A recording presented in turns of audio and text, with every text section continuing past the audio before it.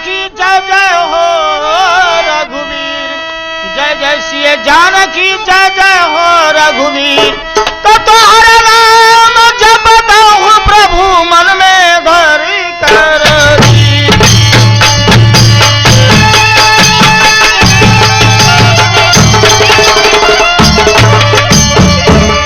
तो गणिका गीत हजामी तारिला तारिला सजन कसाई, गणिका गीत हजामी तारिला तारिला सजन कसाई। चरण छुआई यही लतरला पतल से नारी बनाई,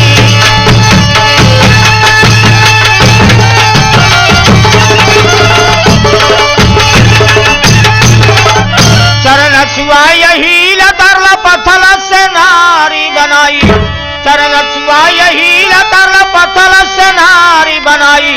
तब अक्सर जाई के तारू के मारला मुनि जी के जगवा कराई।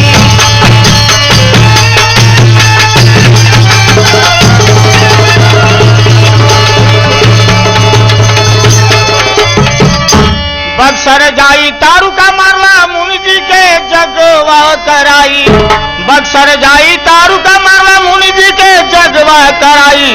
तो सभा बीच में चीर बढ़ा के द्रौपदी लाग मचाई,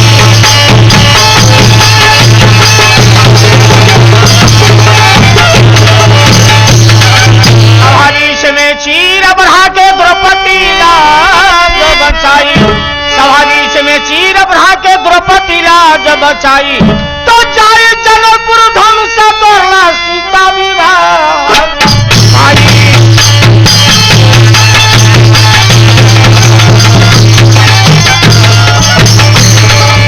तो जिला सीतामढ़ी पर पड़ेगा बरोता थाना, जिला सीतामढ़ी पर पड़ेगा बरोता थाना। तो राजेंद्र पासवान की पार्टी है बेला है ठिकाना।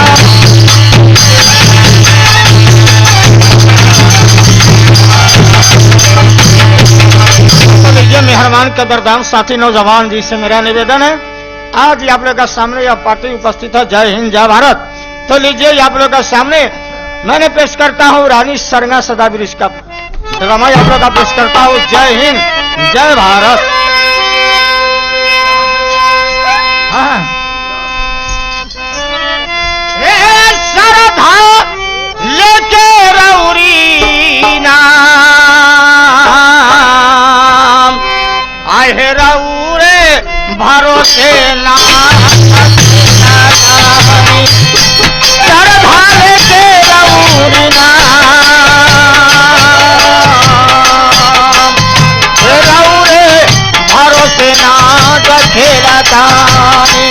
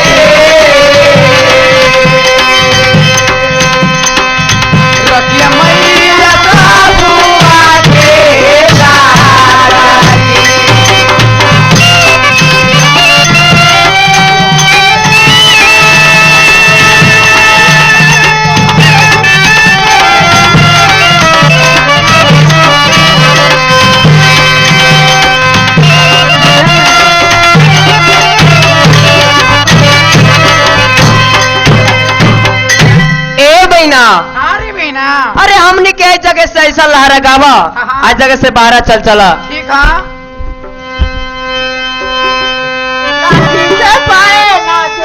लाठी से पाए ना से तोड़ दे ले बा, लाठी से पाए ना से तोड़ दे ले बा, रतिया के छोटे का दे बारे बा, दरबज्जा हमरी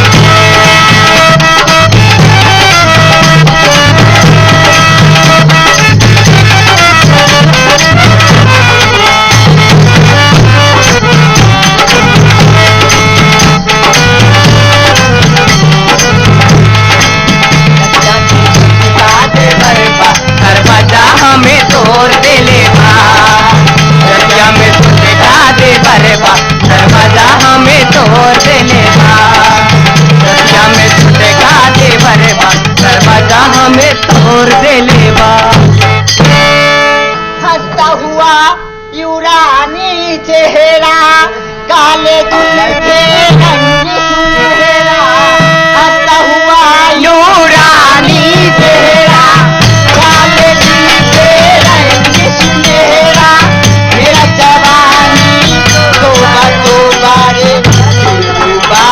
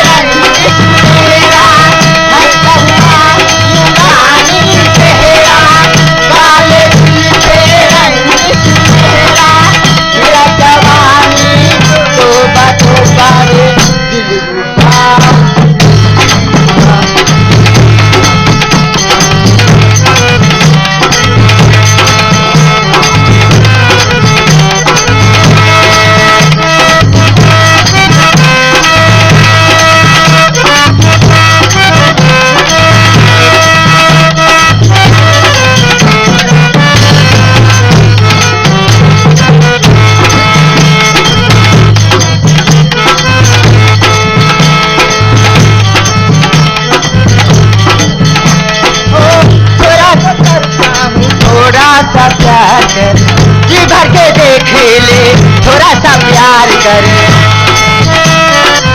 जी भर के देख ले, थोड़ा सा प्यार कर। ओ दीवाने तू क्या जाने, ओ दीवाने तू क्या जाने, कहीं बेखबर हो गया क्या, हंसता हुआ नूरानी चेहरा, काले जुल्फे रंग सुनहरा, मेरी जवानी तोबा तोबा रे दिलरुबा दिलरुबा।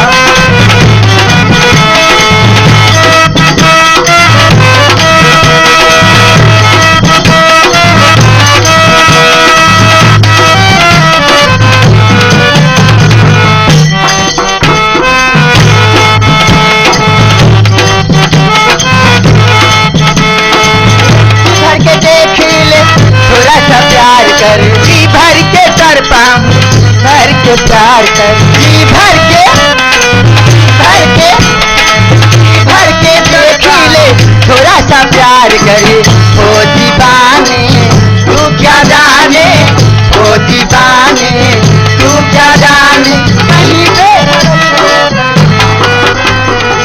हंसता हुआ नूरानी चेहरा, काले जुल्फे रंग सुनहरा, हंसता हुआ नूरानी चेहरा, काले जुल्फे रंग सुनहरा, मेरा जवानी तोबा तोबा दिलरुबा।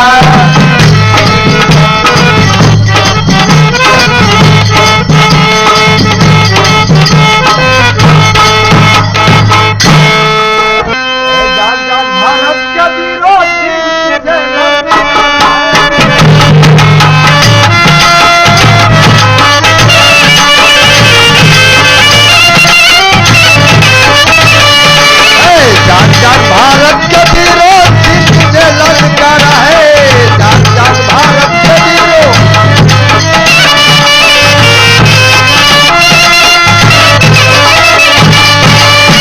जान जान भारत के वीरों, या चीन तुझे ललकारा है, चीन तुझे ललकारा है। अब भारत के उत्तरी सीने पर डाल ठोकर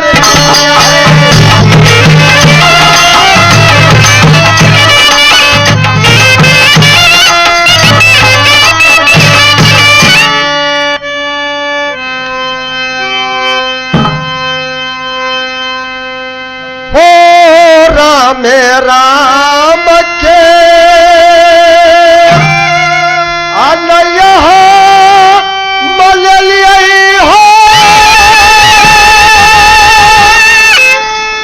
हो राम जी के नैया देवी सारा धाम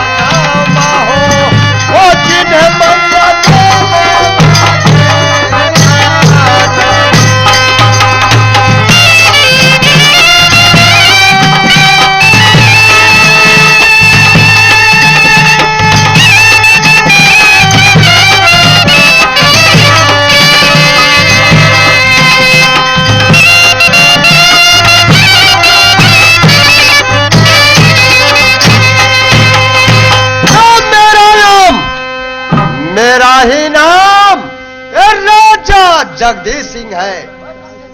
दुनिया वालों कहते हैं राजा जगदीश सिंह हो घर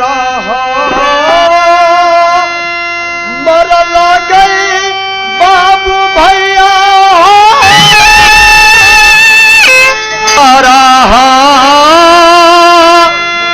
मरला गई बाबू भैया हो चंपापुरा अरज में हो पाना चे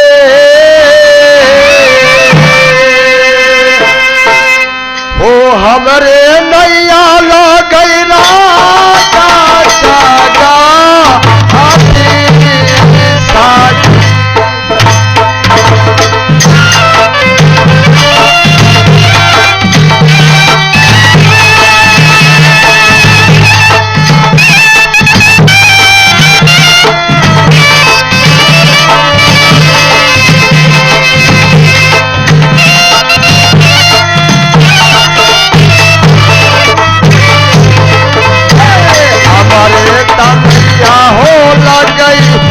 राजा जगदीश सिंह हो हमारे तनिया हो गई राजा जगदीश सिंह हो ओ राजा हो चंपापुरा राजा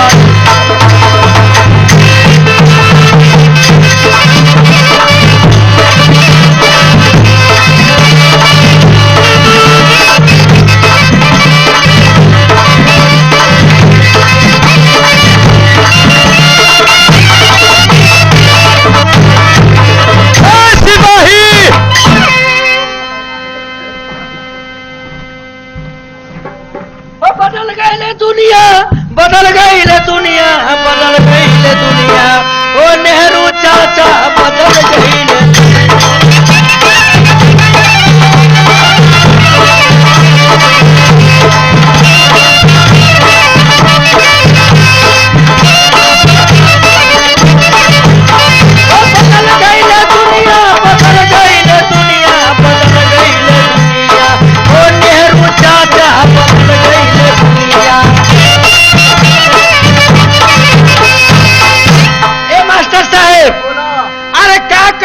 चोदनी के जमाना इतना खराब हो गया बा।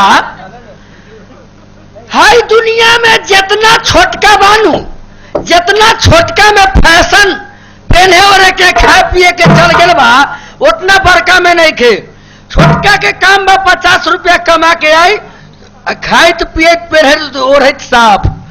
बड़का के काम बा कि नून रोटी खा के आ संपत्ति बनावे के। एकरे कहल बा कि चप्पल चमैन पहने सैंडल धोबिनिया। अब बड़का जाति में जाकर देखी ना जनाना सबके 17 गो सीएन बड़ा चप्पल पहन के तो बाजार में से तो एकरे कहल बा कि चप्पल चमैन पहने सैंडल धोबिनिया। अरे इंग्लिश में बात करे अरे इंग्लिश में बात करे जात के डोमिनिया बदल गई दुनिया ओ नेहरू चाचा बदल गई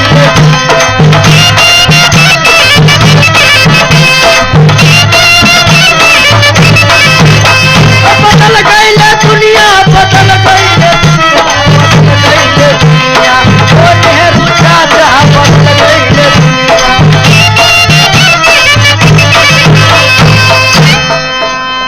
ओ कोईरी चमार भैले पंडित नचनिया कोईरी चमार भैले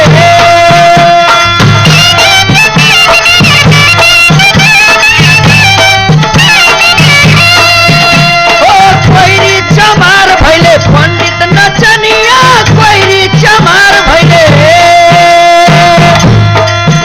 ए मास्टर साहेब ए भाई देखी है दोसर के बिजनेस छीन के ए जमाना में दोसर अपन कमाता आ जेकर बिजनेस में बेचारा रोड पर बहुआता है। देखी कहल बा कि कोईरी चमार भैले पंडित नचनिया है। जितना हमर सजबा बानू एके गो नगरची चमार बा बाकी चारों कोईरी है बाऊ।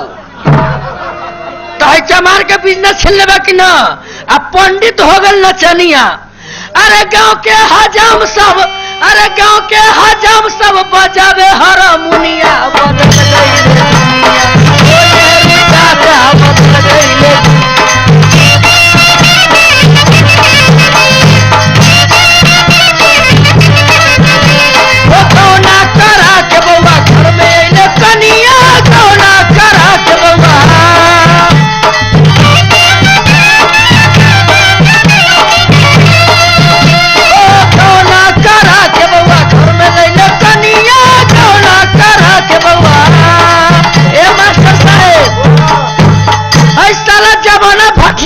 गए बा।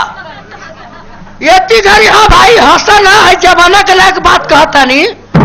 एती घड़ी के जमाना में है गौना करा के बउआ घर में ले ले कनिया, आ कनिया आ गए घर में तो बउआ अपन सरे सरे बउआई थे, या बुढ़वा घर में पुतो से बतियाई थे। तो एकरे कहलवा कि गौना करा के बउआ घर में ले ले कनिया, अब बउआ कहाँ सुते बुढ़वा कहाँ सुते मालूम है मास्टर साहब? अरे अपने बउआ दूरा पर सुते, अरे अपने बउआ दूरा पर सुते, अब बुढ़वा चूल्हनिया बदल गई दुनिया, ओ नेहरू चाचा बदल गई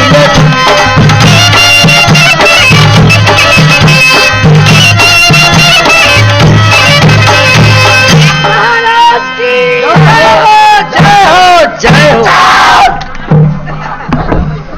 अरे हरामजादा, मैंने तुम्हें सारा हम नौकर चाकर है, एक बारी अलवा सुथनी खाते हैं, एक बार जय हो किए चुप, बुझाता है सारा मकान ढह गया। अरे आई राजा महाराजा है, रात दिन खोआ मलाई खाते हैं, बुझाता है गाभिन बकरी देखा। अरे हरामजादा, मैंने तुम्हें इतना देर से पुकार रहा हूँ। ए सिपाही, या बताओ तुम था कहाँ? महाराज आप नहीं समझते हैं हमारी बात को, हम तो ऐसा इमरजेंसी रास्ता में देखे हैं कि सारा देखते देखते उसी में लेट हो गया हमको। कौन इमरजेंसी रास्ता देखे? क्या कहे महाराज, जब हमने ड्यूटी पर चले हैं घर से, अच्छा, तो रास्ते में क्या देखते हैं कि एक गरीब आदमी था महाराज। एक गरीब आदमी था? हाँ हाँ। अच्छा, उसके तो बाद क्या हुआ? वो धनिक से वो पारी पोसिया लिया था। एक पारी पोसिया लिया? हाँ, भैंसी के बच्चा पारी। उसके बाद क्या हुआ? तो पारी पोसिया लिया था महाराज। अच्छा, तब क्या हुआ कि उस पारी को बेचारा खिया पिया करके पोस पाल के जमान बना दिया, यानी पारी से उसे भैंसी बना दिया। यानी कि पारी से हाँ, उसको भैंसी बना दिया। उसके बाद क्या हुआ? यानी लड़की से औरत बना दिया।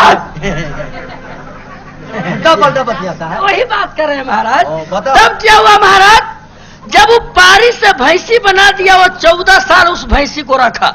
14 साल? हाँ, जब वो जवान हो गया भैंसी, अच्छा, तो उसको जैसे भराने लग गया तो साला वो जैसे वो गाभे नहीं रखता था, माना वो भैंसी गाभिन नहीं होता था। अरे साला उल्टा पलटा बतियाता है। महाराज सुनिए ना, बता रहे हैं। बताओ। वो भैंसी भगवान जाने बाझिन निकल गया कि क्या निकल गया, वो गाभ नहीं पकड़ता था। गाभ नहीं पकड़ा? नहीं। तो बेचारा हार तार के क्या किया, एक दिन जंगल में ले गया भैंसी को चराने। अच्छा, जब चराने लग गया महाराज, तो भैंसी का छोड़ दिया और लगा रोने। रोने लगा कि साला इतना दिन इस भैंसी को रखे, अच्छा, और जितना हम बेटा बेटी को नहीं खिलाए, अच्छा, उतना इस भैंसी को खिला दिए। अच्छा। लेकिन यह साला निमक हराम हो गया।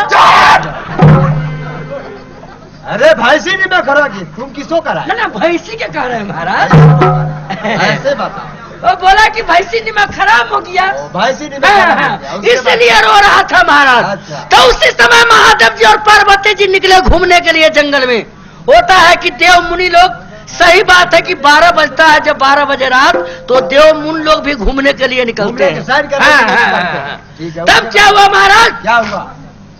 जब ये महादेव जी और पार्वती जी जंगल में टहल रहे थे, अच्छा, तो पार्वती जी को कान में ये रोने का आवाज आया। अच्छा, तो पार्वती जी ने एकाएक ब्रेक लगा दिए, महादेव जी को बोले कि रुकिए पति देव जी, अच्छा, मैं इस जंगल में कोई अशगुन देख रही हूँ।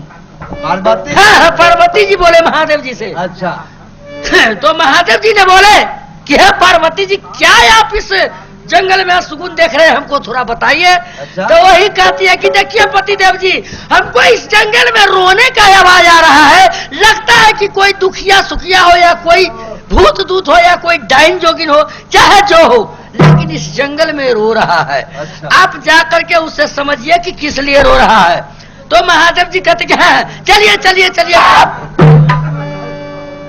अरे महादेव कहते हैं? हाँ, पार्वती जी को कहे कि चलिए ऐसे चलिए, कोई रो रहा है उससे आपको क्या बहस है। तो पार्वती जी ने कही कि नहीं, आप सारे दुनिया का मालिक है, आप तीनों लोग को पैदा किए हैं, अच्छा। आपको सबको दुख को समझना है, समझना है। इसलिए महादेव जी कहते हैं, पार्वती जी तो सही कहती है कि हम तीनों लोक का मालिक है। यह तीनों लोक में किसी का दुख हो किसी का सुख हो वो सबको समझना है। ठीक है, उसके बाद क्या हुआ? तो महादेव जी ने कहा उसके नजदीक, अच्छा। और रो रहा था बेचारा। अच्छा। तो उससे महादेव जी कहते बेहुदा तोता, तुम किस लिए रोता है रे? हैं? तुम कौन है? भूत है कि दूत है कि प्रेत है कि आदमी है कि डाइन है कि? अरे महादेव जी ऐसे कहेंगे? हाँ, महादेव जी उससे कहें कि तुम कौन है, किस लिए रो रहा है? तो बेचारा कहा अच्छा। कि सरकार हम न भूत है न दूत है, हम एक गरीब आदमी है, हम इसीलिए रो रहे हैं सरकार कि यह भैंसी को हमने 14 साल पोस से खिलाए पिलाए, लेकिन यह साला भैंसी नमक हराम हो गया, अच्छा। यह साला गाभिन नहीं होता है, अच्छा। इसीलिए हम रो रहे हैं। अच्छा। तो महादेव जी कहे कि जाओ रे साला, रे इसीलिए तू रोता है, एक काम करो। महादेव जी एक हाथ के डंडा दिए और कहे कि तुम इस डंडा को ले जाओ अच्छा। और भैंसी को खिला पिला करके घर में बांध के अब भैंसी के एक डंडा मार देना। अरे यानी महादेव जी कहे उसको अरे तो अभी को मार। ये जोश में चल गया है जो है। महादेव जी का है कि डंडा किसी को मारना हाँ, होगा। भैंसी को खिला पिला के घर में बांध के एक डंडा भैंसी को मार देना, भैंसी गाभिन हो जाएगा। अच्छा, उसके वो बेचारा क्या किया, भैंसी को लिया वहाँ से और मारते पीटते सारा घर ले आया। अच्छा, और भैंसी को खिला पिला के घर में बांध के एक डंडा मार दिया, भैंसी गाभिन हो गया। ऐसे गाभिन हो वो गया। तो महादेव जी का वरदान था। उसके बाद क्या हुआ? जब भैंसी गाभिन हो गया तो उस डंडा को भंसा घर में खोस दिया। और जब बेर बिहान हुआ तो अपने औरत से वो कहता है क्या न सुने छे? ए हरामजादा। वो अपने औरत को कहा महाराज। तो वो ने कहा तो मैं औरत नहीं आपको समझा रहे हैं महाराज। समझा रहा है। वो बेचारे कहा कि न सुने छे, बिहान खरबा चौर में जाए हरवाही करे, अच्छा। बिहान सवेरे खाला उला पानी उनी लेके आइए। अब साला इसको औरत इतना होशियार थी कि अब कही कि हमको मर्दवा कहा कि खाला उला पानी उनी लेके आई है। अब इस साला खाला खोजे तो उइला न मिले, पानी खोजे ऊनी न मिले। इसको यही खोजते खोजते में लेट हो गया। बुर्बक औरत था, अच्छा। उसको यही मिलाते मिलाते में लेट हो गया। लेट हो गया। 4 बज गया। तौले तो मर्दबा भूखे सारा कोकरा लेखाया उठ गया। उसके बाद क्या हुआ? हरवा में कह रहे जान, हरवा में कौन था कौन मालिक था? जानते हैं? कौन था? ए साला फेकन था। वही न था उसके महाराज। बाद क्या हुआ? तब क्या हुआ हजूर, तब वे जब हरवाही से हर खोल करके अच्छा। और जब लेट हो गया, देखा घड़ी में 4 बज रहा है, अच्छा। तो बेचारा को भूख लग गया, वहाँ से हर छोड़ के आया अपने घर। अच्छा। और आया कहता है कि देख रहे थे घर में अभी हड़िया ढकना सरिया रही है, तो इस खीस में कहा ये भटियारी, ये रंडी के जार, ये अभी तक ये खाना हमको नहीं पहुंचाई है।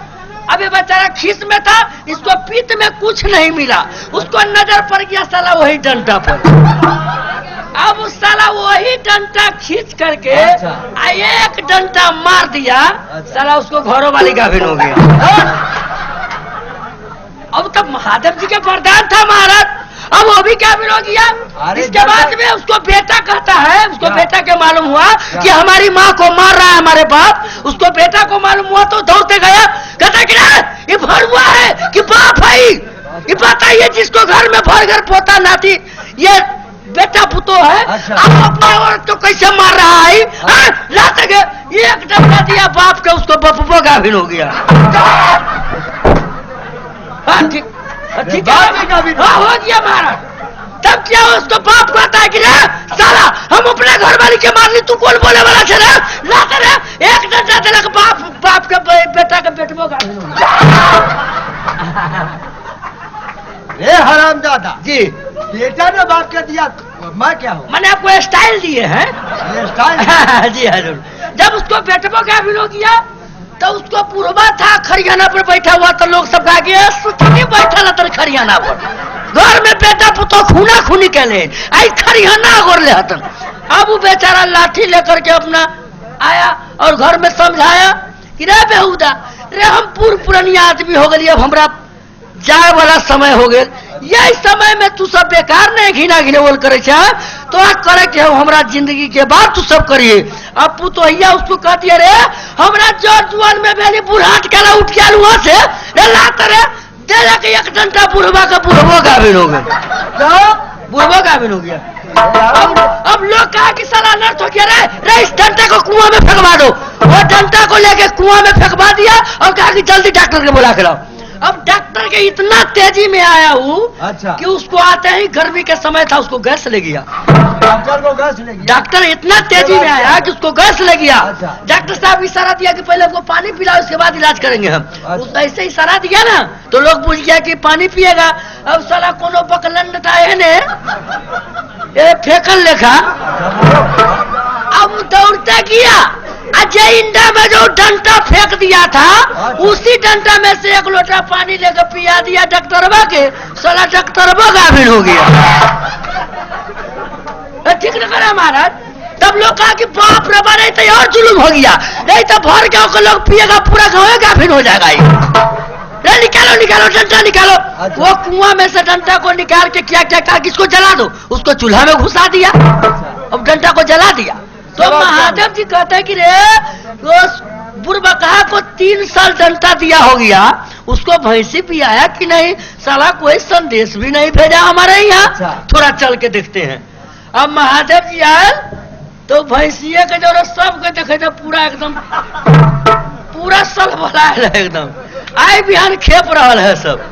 टोटल के टोटल गाभिन हो? महादेव जी के देखिए कि होश खराब हो गया। अच्छा। कहा कि हम कहे कि साला वो भैंसी गाभिन करेगा तो पूरा घर है इसको गाभिन देख रहे हैं। इस साला पूर्वक है, लगता है कि इसी डंडा से सब जानू मारा मारी कर लिया है। बात क्या हुआ? तो महादेव जी देखे तो जोरे कहे कि रे बुढ़बा तुमको डंडा दिए, कहे कि भैंसी गाभिन हो जाएगा, तुमको भैंसी नहीं पियाया है रे, तुम हमको कुछ जैसा दूध नहीं तुमको भेजना चाहिए हमारे लिए। तो बुढ़बा जैसे महादेव जी के देखा तो इसको पारा गर्म हो गया। कहा कि साला ऐसा डंडा दे दिया कि पूरा व्यक्ति व्यक्ति के गाभिन करवा दिया। लाता रे और बेटवा उसको दौड़ते गया, चूल्ही में देखा था जल गया था, बाकी है वो जरला हुआ लेके एक डंडा महादेव जी का मार दिया, महादेव जी गाभिन हो गया। हरामजादा। अब महादेव जी कहे कि देखो ना साला तो हमरो गाभिन कर दिया है। अरे लेकिन महादेव जी तो देवता थे, देवता न थे? वो अपने मंत्र से सत से सबको जो है मंत्र जरी पढ़ करके दिए, सबको पेट सटक गया और उसको भैंसी उसी समय भी आ गया। उसी समय? हाँ, तो महादेव जी को अपना जो है खीर तस्मय करके बेचारा खिलाया। अब कुछ पार्वती जी के लिए संदेश बांध दिया और महादेव जी अपने कैलाश को गए, वो बेचारे अपना घर रह गया, हम ड्यूटी पर चले आए। मेरे बहादुर कहना क्या है जानते हो? महाराज ये बताइए क्या क्या चंपापुर कचहरी में बुलाने का कारण क्या है? क्या मैं बताता हूँ। आज तुम्हें बुलाने का कारण क्या है? मैं वही आपसे पूछता हूँ।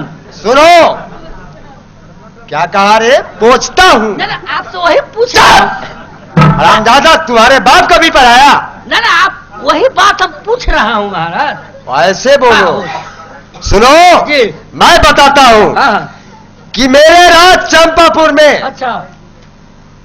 मेरा विचार क्या है। हाँ एक सुंदर स्कूल बनना चाहिए।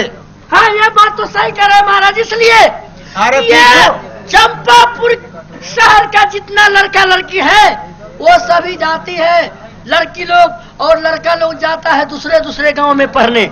जमाना खराब है, लड़की लोग जब रास्ता पर चलती है तो लड़का लोग लाइन मारता है। महाराज हो सकता है कि कभी न कभी प्रतिष्ठा भी हो सकता है। सुनो, इसीलिए मैंने यह सोचा है कि हमारी बेटी रानी सरंगा जी वो बच्ची है हाँ। और मेरा विचार है मैं दूसरे पाठशाले में ना जाने दूं, हाँ, मैं अपना ही राज्य में जी। पाठशाला बनवा करके हाँ। खुद मैं उसे पढ़ाऊं। हाँ, महाराज, और एकदम आपको तो सही बात है। दूसरा जगह जाएगी उससे अच्छा है कि अपने राज्य में पैखाना बनवा दीजिए। बड़ी हरामजादा है। आप ही ने कहे महाराज। अरे उल्टा समझता है। मैंने कहा हमारी बेटी जो चंपा है, जी मेरा विचार है कि अपनी राज्य में एक पाठशाला बनवा करके मैं उसे उसमें पढ़ाऊं। पाठशाला कहे पाठशाला? चलो हमको मेरा पैखाना सही कह रहे हैं महाराज। सुनो, ये बात सही है महाराज। और जितने राज चंपापुर के लड़का हो, लड़की हो, गरीब हो, हाँ, भिखार हो, वो सबको लड़का लड़की स्कूल में पढ़ सके। जी हाँ, बात सही है महाराज। और तुम्हारे मैं जैसे कहूंगा ऐसा ही करना होगा, समझा? हम तो हुक्मी हैं, तुम्हारे वो करेंगे। करना है कि डंग का डिगडिगिया लगवा दो 14 कोस में। अच्छा ये 14 कोस राज चंपापुर में जी। कि भाई रे कान खोल कर सुन लो, ये राजा जगदीश सिंह सुंदर स्कूल राज चंपापुर में बनवाने जा रहे हैं, समझ गया? और जितने गरीब जनता को लड़का हो लड़की हो वो सब के सब स्कूल में पढ़ सके। अच्छा समझ गया? और एक स्कूल के पढ़ाई के लिए एक बढ़िया मास्टर को ढूंढ के तुम्हें लाना है। तो ये बात जो कहे कि डिगडिगिया पीट दो, तो वो कौन पीटेगा वो? अरे साला मैं सुनो, सुनिए, आपको लफ्ज बहुत खराब है।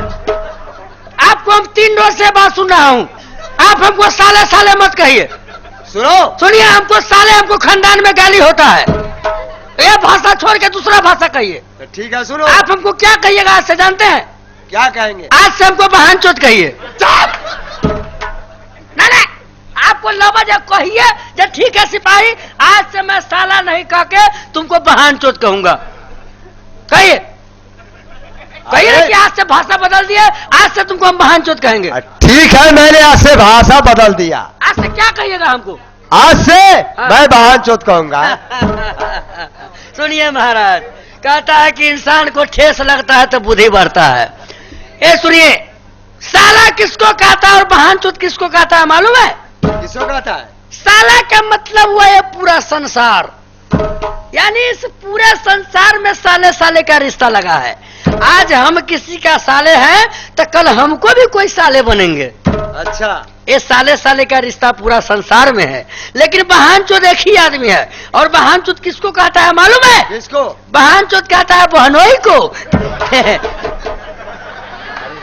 हरामजादा, इसलिए तुमने कहा बोलने के लिए? अब आपको आदत छूट जाएगा महाराज, इसलिए सुनो जी, मैं जैसे कहूंगा वैसा ही करना है। हाँ, ठीक है महाराज। समझ गया ना?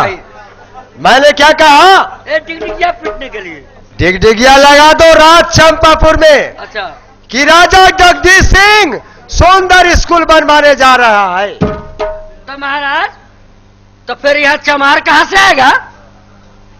अरे ये चंपापुर में ये चमार नहीं है। यहाँ तो चमारे को घर नहीं है महाराज, तो कौन पीटेगा उसको? अरे 14 कोस में चंपापुर में चमार नहीं है। नहीं है तो कौन पीटेगा? अरे सुनो, अगर वो नहीं है तो तुम पीटो। तुम पीट दो। आप में हम नौकरी करते हैं कि चमार दो साथ के काम करते हैं? ऐसा बात बोलिएगा तो नौकरी फकरी पटक के भी भाग जाएंगे। क्या हमको वैल्यू नहीं है? अरे तुम्हारा वैल्यू है। आज कहते हैं कि डंका पीट दो, बिहान कहेंगे हमको मौगी बांधो, परसों कहेंगे हमको पैखाना काटो। कोई तरीका है?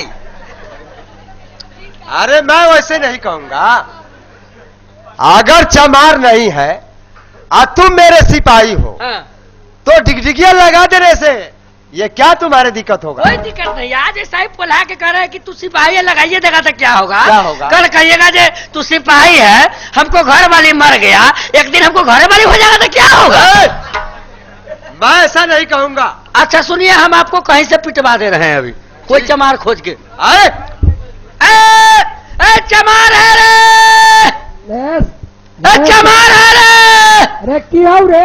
चमार बाबू, ए साला चमार बाबू न कहो। चमार बाबू हाँ रे। कहता है कि चमार बाबू कहो। हाँ रे। ओ जोर, क्या बात है? ये तो चमार सब कहता है कि चमार कहने से नहीं सुनेंगे, चमार बाबू कहो। चमार का पैद भी बढ़ गया है, क्या चमार बाबू कहो? तो उसको बाबू कहने जाएंगे हम? तो इससे अच्छा हम अपने पीट लेते हैं। अगर तुम बाबू कहोगे, इसलिए ना मैंने बताया हूं कि तुम खुद ठीक है कहे महाराज, तो क्या? ठीक है हम अपने पीट लेते हैं महाराज। पीटो। हाँ हाँ बोलिए महाराज। बोलो। क्यों ले गया है? दस्तूरी न लगेगा? कथी? वो दस्तूरी न लगेगा? दस्तूरी लगेगा? हाँ रे। महाराज अब कह रहा है कि दस्तूरी लगेगा। क्या चीज का? ये ढोल का। अरे लगेगा तो लगेगा, पहले पीटो।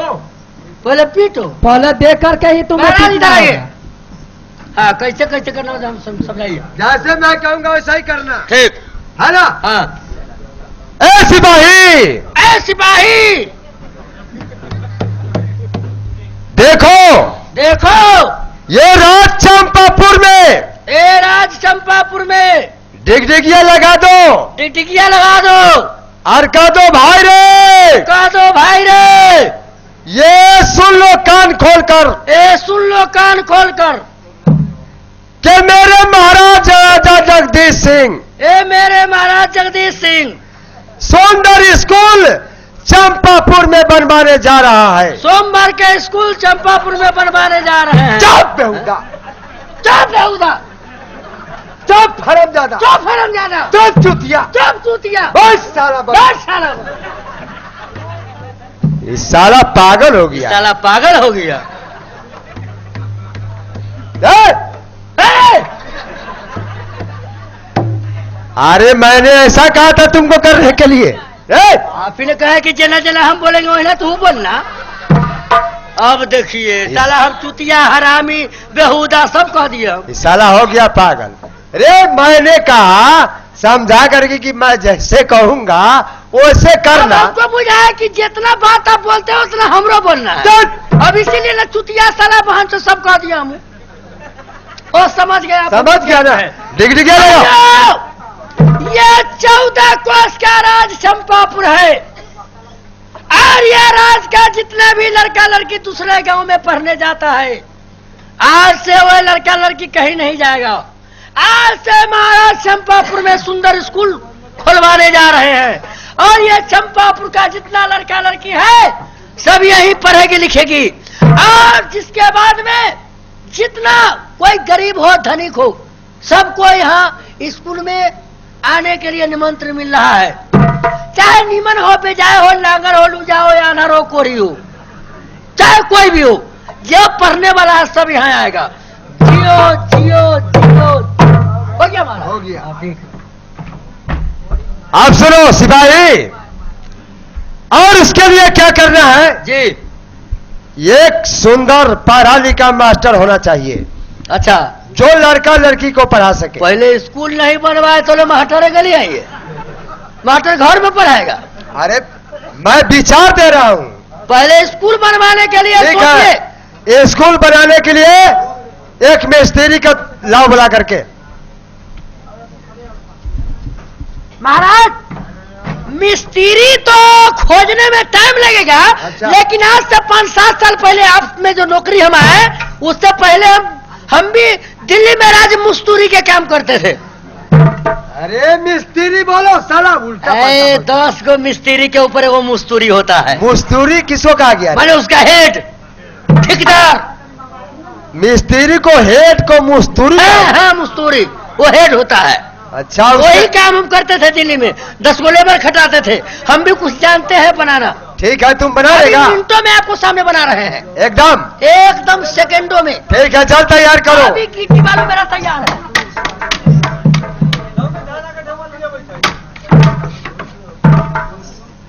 अच्छा भाइयों, आप लोग 1 2 3 कहेंगे तो कस के ताली मार दीजिएगा। 1 2 3 मारिए।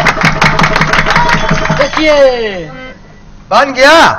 तो मामूली लेबर खटाते हैं। एक बार में कितना धमसुर चल रहा था, पूरा थप्पड़ थप्पड़ थप्पड़ थप्पड़ थप्पड़ कर रहा था। कम से कम 500 लेबर जरूर खटता है एक बार में। 500-600 धमसुर के आवाज आ रहा था ना। वो जितना थप्पड़ थप्पड़ कर रहा था वो मकान सबको धमसुर चला रहा था।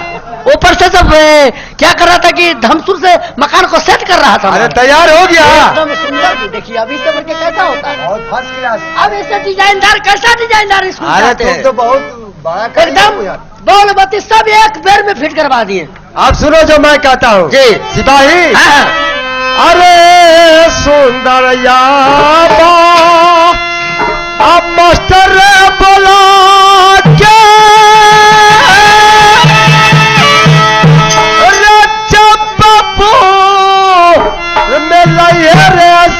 सिपाहिया।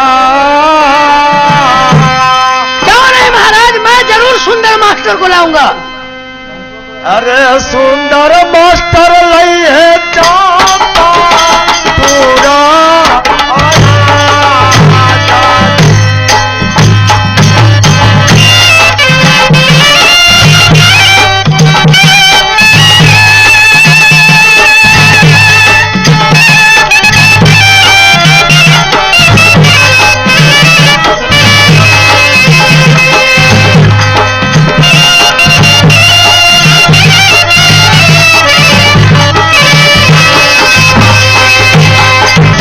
तारा मास्टर सिपाही चंपापुर में लाई है रे सुंदर लाई है मास्टर हमारा।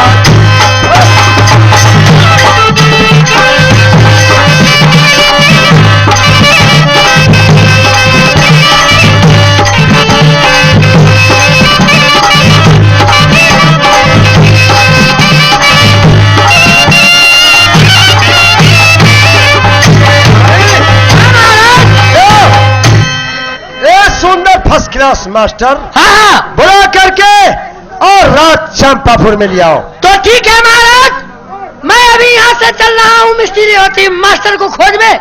आप जाकर कौन है? से बैठिए, मैं चल रहा हूँ अभी सुंदर मास्टर को खोज करके ला रहा हूँ। जाइए महाराज। ठीक है, मैं जा रहा हूँ। ठीक है, जाइए। और जल्द से जल्द ये मास्टर के खोज करके रात चंपापुर में ठीक लाओ। जाइए महाराज। ओ धैलेता अरहिया सिपाही हो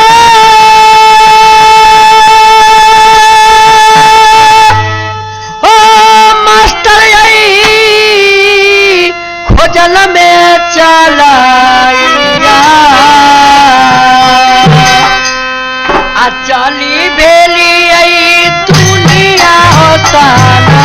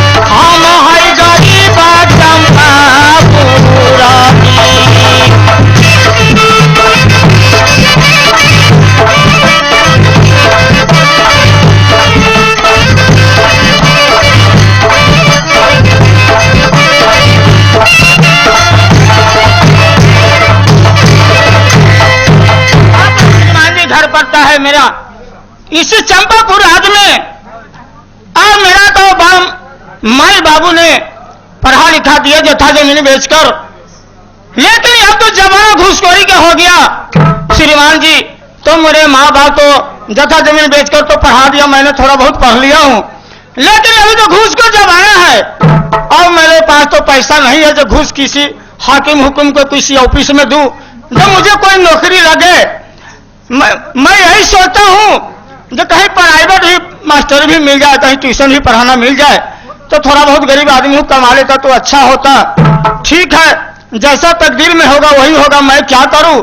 चलता हूं किसी शहर टाउन में खोजूंगा, यदि कहीं प्राइवेट भी मिल जाएगा कोई काम पढ़ाई लिखाई तो मैं कमा लूंगा, गरीब आदमी हूं। ठीक है, हाँ चलैया आई लोटरी हो खोजला में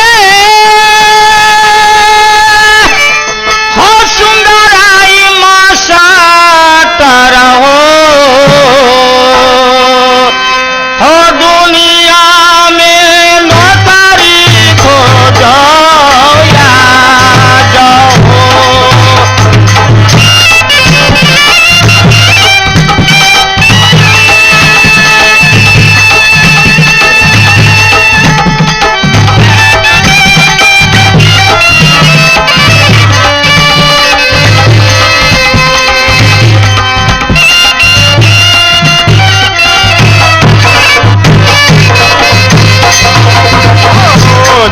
जे होतई पंचे हमरो तकदीरा में हो, जेहरा बहुतई भैया हमरो तकदीरा में हो, उहे ताला गई है बेरा पार।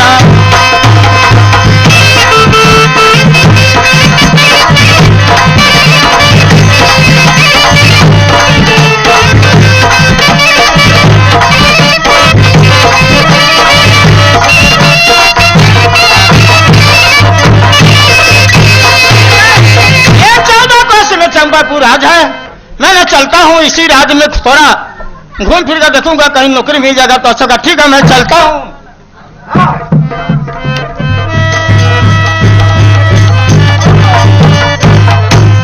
सात रोज से मैं मास्टर को तलाश में घूम रहा हूँ, लेकिन कहीं नहीं मुझे मास्टर मिला। लेकिन ये वो टाउन और बाकी सीतामढ़ी शहर में मैं जा रहा हूँ, खोजूंगा, अगर मिलेगा तो मिलेगा, नहीं तो आज मैं लौट करके घर चला जाऊंगा। लेकिन अब मैं मास्टर फास्टर के फेरी में नहीं पड़ूंगा, मैं चलता हूँ सीतामढ़ी, केवल खोज के मिले या ना मिले मैं वापस चला जाऊंगा। मैं चल रहा हूँ खोजने के लिए। मैंने 4 रोज इस चंपापुर में खोज रहा हूँ, लेकिन कोई नौकरी नहीं मिलता, क्या होगा है भगवान, क्या कर्म में लिखा है। ठीक है, चलता हूँ।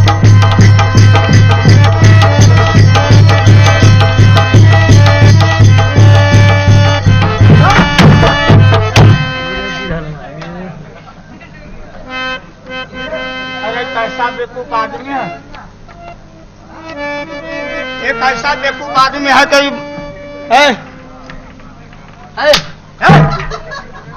तुमको समझ नहीं आता है? तुमको समझ नहीं आता है? रोड पर चलता है, दारू पी के किसी के दम में धक्का मारता है। पैसा बेवकूफ है, हम बेवकूफ है, गुंडा या बड़ा पापी, अगर भी चोर बदमाश भरवा छिना। कैसा बेवकूफ है तू, क्या तरह बोलता है? क्या तुम्हें समझ नहीं आता है कि ये रोड है? क्या तुम्हें समझ नहीं है जो रोड पर मैं हम चलते हैं, तू कहाँ चलता है? और दारू पी के तू रोड पर चलता है? खबरदार, चोट्टा कहीं का। चोट्टा, चुप, देखो ऐसी बात नहीं बोलो। एक तो बहुत कैसा पागल से पागल है, चोट्टा कहीं का। एक तो मैंने बउआता खा दिया हूँ। इतना पिया हुआ है, इसको मुंह महक रहा है अभी। क्या हम पिया है? एक ऐसा बेवकूफ आदमी, तो क्या हम पिया है? क्या है भाई जी, सुनिए सुनिए। क्या कहना है? ये बताइए आप कहाँ से आ रहे हैं? अरे हम तो बहुत दूर तक बउआते, हमको क्या पूछते हो? हम फिर भी बउआते आज चंपापुर में 7 रोज से मैंने थक गया हूँ। ए भाई सुनिए, एक बात बताइए। क्या? अच्छा, आप तो बहुत दूर में घूमते हैं। हाँ, हमको एक आदमी को पता बताइएगा। बता, बोलो। देखिए, आज हम 1 हफ्ता से एक मास्टर के खोज में निकला हूँ। क्या मास्टर के खोज में? और हमारे महाराज हाँ हाँ जगदीश सिंह बोले हैं कि देखो सिपाही, जमाना खराब है और अपने राज का लड़का लड़की दूसरे राज में पढ़ने जाता है। हाँ। अभी जो है समय खराब है, हो सकता है कि बातें बातें में विद्यार्थी में चक्कू छुरा सब चल जाता है। हाँ, ये बात तो सही है। इसके बाद में वो लड़का का बात तो लड़का है, लड़की है, हो सकता है कि जमाना खराब है, अगर कोई लड़का फड़का गलत सलत इंजाम सोच लिया वो भी साला खतरनाक की बात है। हाँ, ये बात तो सही है। इसलिए तुम ऐसा करो कि एक स्कूल अपने चंपापुर में बनवाओ अच्छा। और एक मास्टर खोज करके लाओ, हाँ हाँ। और जो महीना होगा मैं दूंगा, और सारे राज को लड़का लड़की क्या चंपापुर महाराज रहेगा। जगदीश सिंह ने ये ऑर्डर किया है? इसलिए मैं मास्टर के खोज में निकला। ऐसे भाई, हाँ। तो मैं भी तो 7 वर्ष से घूम रहा हूँ। देखो हमारे माता पिता ने जत्था जमीन बेचकर तो पढ़ा दिया, अच्छा। लेकिन सारा जत्था तो पढ़ाई में खर्चा कर दिया। हाँ। लेकिन अब तो मेरे पास पैसा नहीं है, मैं नौकरी कैसे करूं, कहां से घूस के लिए पैसा लाऊं? अच्छा। इसीलिए आज 7 वर्ष से बहुआता हूँ इस चंपापुर आज में 14 कोस में, कहीं नौकरी भी नहीं मिलता है, प्राइवेट भी पढ़ाई लिखाई मिल जाता तो अच्छा होता। अच्छा, क्या आप भी हाँ, मास्टर के खोज में निकले हैं? हाँ, वही बात तो देखिए। ए महाराज देखिए, हाँ। तो हम लोग का जतरा बनिए हाँ, गया। हाँ, हम तो उसी चक्कर में बहुआ रहे हैं आज 7 वर्ष से। हाँ। हाँ। अच्छा, आप कितना पढ़े लिखे हैं? बस जगह नहीं, मैट्रिक पास हूँ बस। बस। अच्छा, इधर आइए। क्या? कितना का महीना लीजिएगा आप? क्या महीना आप ही के ऊपर है, जो हम कहते हैं ले लेंगे। तो समझ लिए है कि भाई हाँ। कोई जैसे गलत आदमी है, ये आपको हम मार बैठे हैं, इसलिए हमको जैसे ना, ना, अच्छा किया है। आपको पैर पकड़ रहा हूँ, क्या यहाँ पैर है? आपको दाढ़ी पकड़ रहा आप हूँ। बताइए, यहाँ पैर है, ए यहाँ भाई। दाढ़ी है, कैसा बेवकूफ है। हमारे गलती कर ए, दिए सुनो, हमको। क्या- अब ऊपर पैर होता है, नीचे दाढ़ी होता है। अच्छा, आपको भी पैर नीचे है? तो कहाँ नीचे, तुम्हारे कहाँ पैर है? ओ, हम अरे सोचे तुम्हारा कहाँ पैर है नीचे? हम सोचे आपका पैर ऊपर है शायद। ऊपर। ए भाई, हमसे गलती हो गई, आप मार दिए हैं। हाँ। हम नहीं पूछे कि आप मास्टर हैं, हाँ। इसलिए हमको ठेंगा कर दीजिए। छेंगा कर दीजिए। हाँ। छेमा कर दीजिए, कैसा अल्लाह। ऐसा हमको माथा पागल कर देगा तू। अल्लाह है, ठेंगा तो वो बासा कर दीजिए। अरे छेमा कर दीजिए, ऐसे कहा जाता है। ए भाई सुनिए, हाँ, अच्छा ये तो बताइए, आप महीना कितना लीजिएगा? क्या महीना? हाँ। आप ही के ऊपर है। नहीं नहीं, तो यू तय कर लीजिए। कम से कम देखिए, अभी तो महंगाई का जमाना है, हाँ। सब महंगा हो गया है। हाँ हाँ, कम से कम तो 5,000 रुपया होना चाहिए। 5,000। हाँ। तो ऐसा कीजिए, 5,000 आपको हुआ, 1,000 मेरा हुआ। अगर वाह। महाराज पूछेंगे कितना तय है तो 6,000 बताइएगा। 6,000। आपको याद न रहेगा ना, जैसे महाराज कहेगा कितना तय किया तो पछाड़ी से हम 6 बता देंगे। आप देखिए बाबू भैया, आप झुक झुकाइएगा इसमें नहीं। भी दलाली है। ए क्या भाई, 6,000 महाराज को कहेंगे? ए भाई, तो क्या हम इतना 7 रोज से घूम रहे हैं, हाँ। तो फिर हमको भी तो कुछ अच्छा, होना चाहिए। 6,000 महाराज के कहेंगे। बस, बस। 6,000 मिलेगा तो 1,000 तुमको महीने महीने दे देंगे। बस 5,000 आप अब लीजिए। चलो, वो भी वो सही है। नहीं, झुक चुकाइएगा नहीं। ना ना, बिल्कुल नहीं। जय बार झुक चुकाइएगा तब पछाड़ी से मेरा बता देंगे। ना ना, ठीक है। तो पूछ जाइएगा 6,000। हाँ ठीक है, ठीक है। समझे ना? हाँ ठीक है, चलो। धोखा गलती नहीं होना नहीं चाहिए। ना, गलती होगा, चलो। देखो कहीं हम बिसर जाएंगे तो 50 हाँ, तो 50 से हम बता देंगे। इतना बता देना। हाँ, 6,000। तो ठीक ठीक है, है, चलो। चलिए, सर जैसे कहेगा वैसे करूंगा, चलो चलिए चलिए। चलो। हो धैले ताय रैया सिपाही चंपापुर नगरिया जी, धैले ताय रैया सिपाही